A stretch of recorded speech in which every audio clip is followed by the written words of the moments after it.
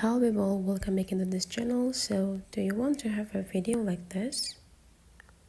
Yep, this video is step of rolling end credit that you can see in the end of the movie, and you can also do this by yourself only with the CapCut application. So let's jump into the tutorial. You just need to open your CapCut, and then you just need to create a new project by click this plus button, and then you just need to go into the library, and then you just need to pick into the background section. Now you just need to pick what color of the background that you want to have. It's just free. You can like just pick your favorite background ever. It just depends on you. Right after you found the background that you want to have, you just need to go click it, and then you just need to go add. The next thing you need to do is just adjusting the duration. You just need to go click this clip and drag the end of the clip here into the right side, into the specific moment that you want to have. So you already made it into 24 seconds.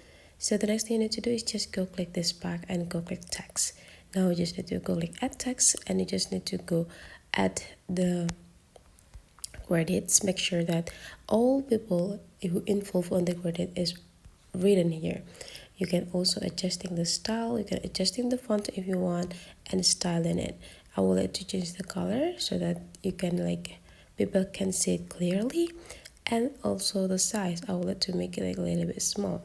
The next thing I would like to do is just go adding some space so that it's not gonna like too close for each line, and I will let you add the space right here. And now after everything is done, go click this checklist button. Now make sure also the section of the text is also the same with the section of the video. So drag it into the right side, into the end of the clip of the video. And now you just need to bring the straight line back into the beginning. And now we just need to place this text into the down part until the text is just disappear in the down sections right here.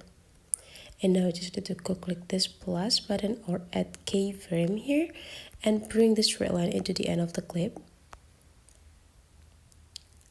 And then you just need to drag the text into the upper side until the text is just disappear. And now here is the result.